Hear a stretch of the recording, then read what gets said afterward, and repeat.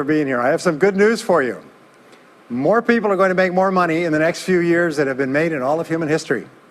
In the year 1900, there were 5,000 millionaires in America.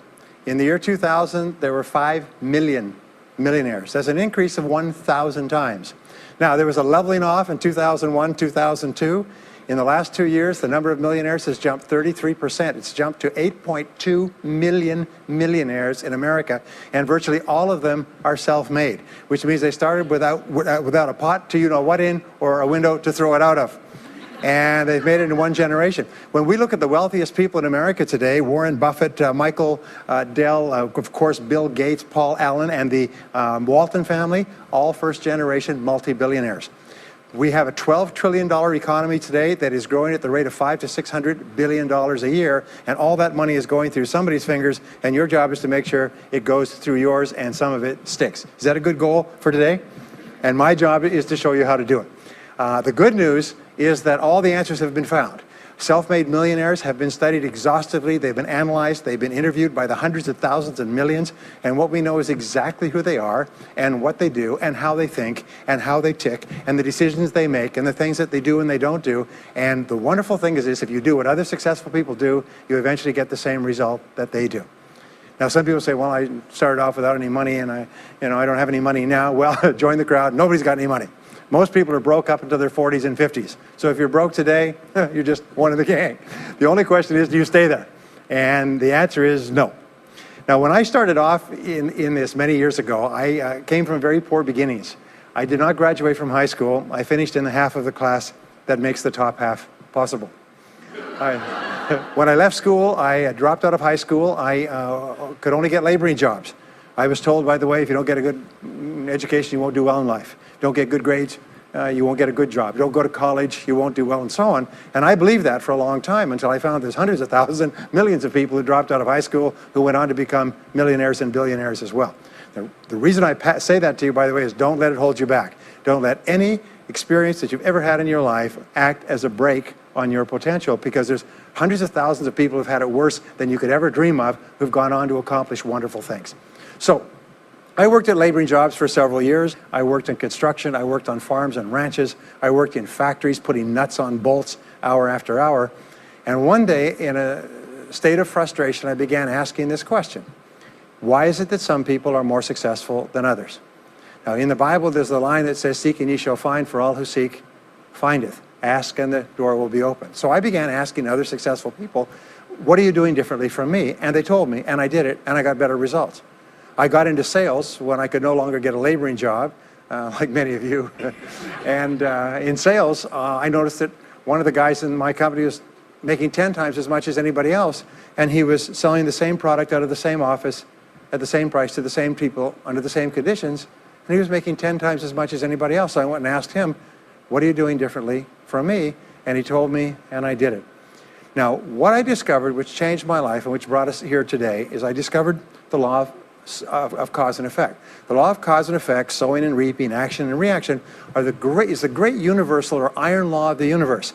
What it says is that everything happens for a reason, is that there are no causeless effects, is that even if we don't know what is causing the effect, we trace it back. It's the basis of the scientific process, of all medical research, of all marketing, of all business, is if you can define an effect that you want, you can trace it back and find somebody who at one time did not have that effect, and then find out what they did, and then do the same things, and you eventually get the same results. We say that success is not an accident. Failure is not an accident. Success leaves tracks. So if you just follow the tracks of other successful people, no matter where you're starting from, you eventually get to the same place that they get. Well, this was a shocker for me, because, and I learned later in psychology, by the way, that one of the two most important things we need to have to be happy and healthy is a sense of control, a feeling that we are in control of our lives, that things are happening for a reason, and a sense of coherence, a feeling that things fit together.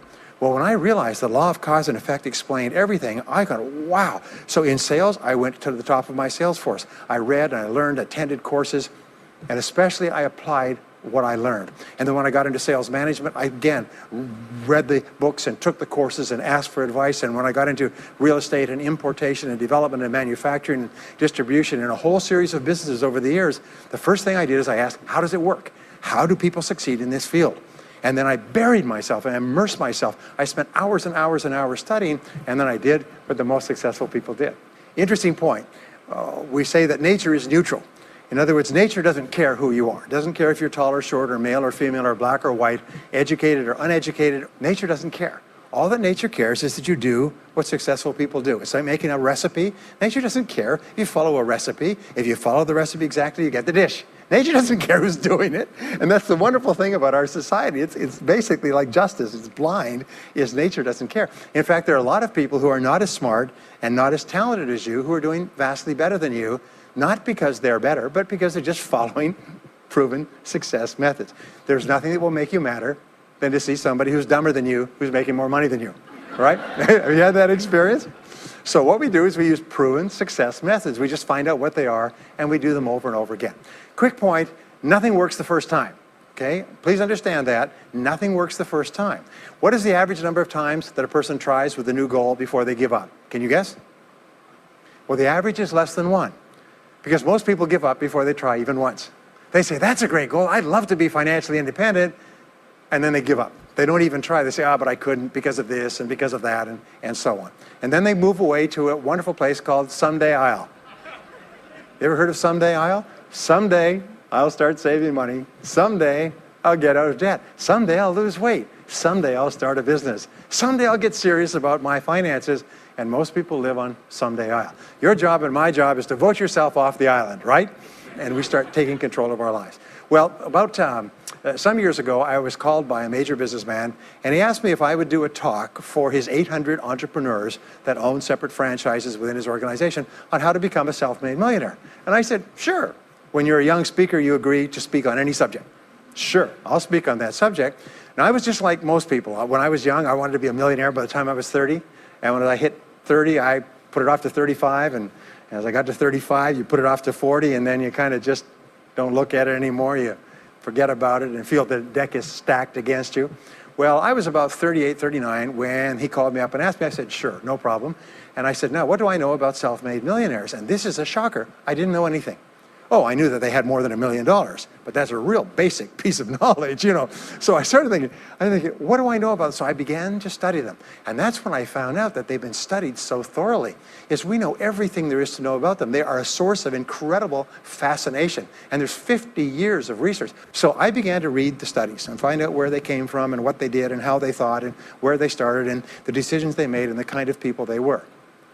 One of the things that I learned, by the way, is that becoming a self-made millionaire is not the important thing.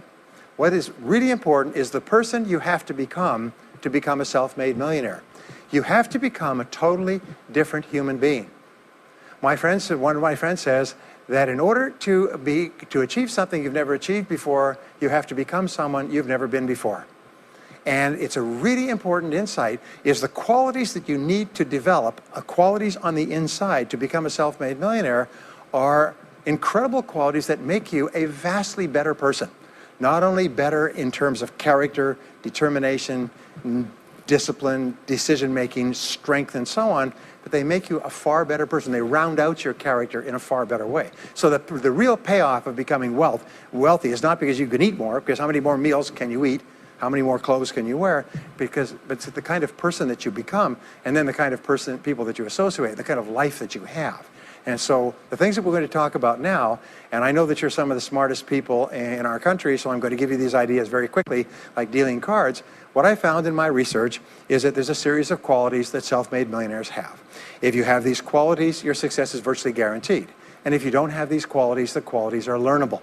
Point number one is that all business or sales skills are learnable. All financial skills are learnable. If you can drive a car, you can learn any skill.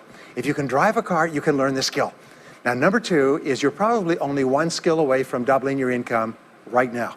You're probably only one skill away from setting yourself on the road to becoming a self-made millionaire. That turns out to be the case for almost everyone. And if you don't know what that skill is, maybe over the course of the time we spend together, it'll jump out at you. But whatever it is, you've got to find it out and go to work on it, because it is learnable. It's a learnable skill. People say, well, I've never been very good with money. Well, get over it. The fact of the matter is, you can learn what you need to learn to achieve anything that you want to achieve. So, the success secrets of self-made millionaires. Give yourself a score of 1 to 10, and if you are weak on one of these, it can be enough to hold you back. If you're strong on all of these, then there's no limit to what you can accomplish. The first is to dream big dreams. Dream big dreams.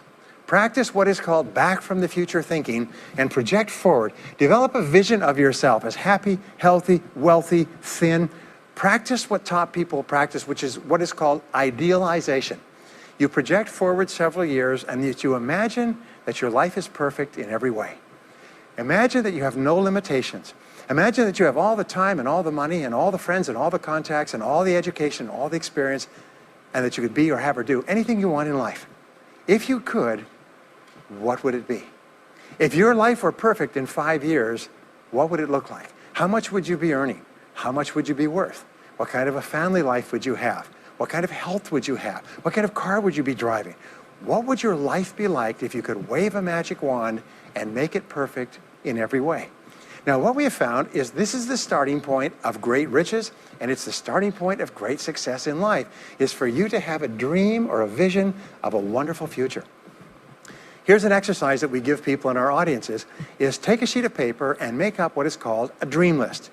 Now imagine this is kind of like a kid's Christmas list, and that it just allows you to just run wild and just write down everything that you could think of that you could possibly want.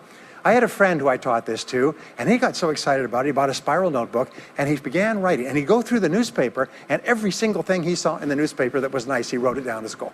He ended up, first time through, with 330 goals. With the end of the month, he had 500 things that he wanted. The interesting thing was that his life exploded.